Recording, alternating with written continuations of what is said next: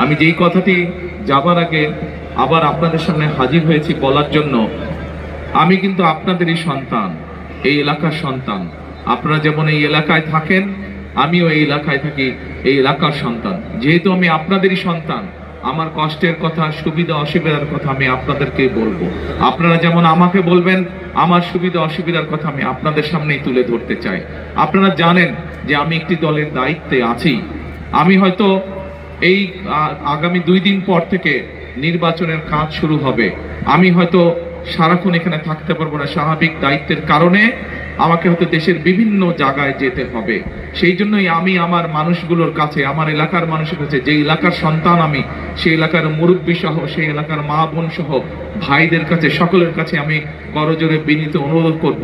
আমি যেহেতু আপনাদেরই সন্তান, এই এলাকার মানুষ আমি আপনাদের মতন, কাজেই আমার কথাগুলো এই এলাকার যে মানুষ আজকে এখানে আসতে পারেননি, আমার হয়ে আপনারা সেই কথাগুলো দয়া করে তাদের কাছে পৌঁছে দিবেন ইনশাআল্লাহ। আমি কি আমার ভাই বোন, মা বোনদের কাছে এইটা প্রত্যাশা করতে পারি?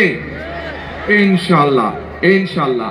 আর কথা হচ্ছে একটাই, আমরা এই এলাকার মানুষ, আমরা যদি সকলে, আপনারা যেরকম বহু মানুষ এই এলাকায় ছোট থেকে বড় হয়েছেন, আমিও এই এলাকায় ছোট থেকে বড় হয়েছি। প্রিয় ভাই বোনেরা, আমরা যদি ঐক্যবদ্ধ থাকি একসাথে, তাহলে এই এলাকার যে সমস্যাগুলো আপনাদের কাছে আছে, আইন শৃঙ্খলার কথা বলেন, রাস্তাঘাটের সমস্যা বলেন, শিক্ষার সমস্যা বলেন, যেই সমস্যাগুলো আছে, আমরা সকলে মিলে ইনশাল্লাহ ইনশাল্লাহ ইনশাল্লাহ এই সমস্যার সমাধান করতে পারবো। আপনাদের উপরে কেউ যদি কষ্ট দিয়ে থাকে, কেউ যদি অত্যাচার নির্যাতন করে থাকে, তাদের বিরুদ্ধে আমরা শাস্তিমূলক ব্যবস্থা গ্রহণ করতে পারবো।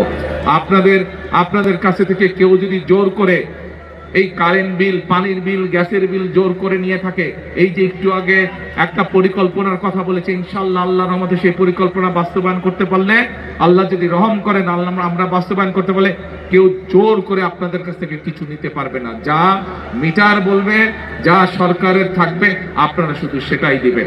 কিন্তু এই কাজগুলো যদি বাস্তবায়ন করতে হয়, প্রিয় ভাই বোনেরা, আপনাদের এই এলাকার সন্তানকে আপনাদের সহযোগিতা করতে হবে, আপনাদেরকে আমার পাশে থাকতে হবে। আপনারা যদি আমার পাশে থাকেন, আমরা যদি একসাথে ঐক্যবদ্ধ থাকি, ইনশাআল্লাহ ইনশাআল্লাহ এই এলাকার সমস্যার সমাধানগুলো আমরা ধীরে ধীরে শেষ করে ফেলতে পারবো।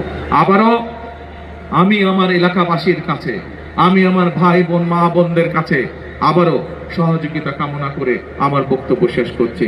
আমি যেহেতু আপনাদের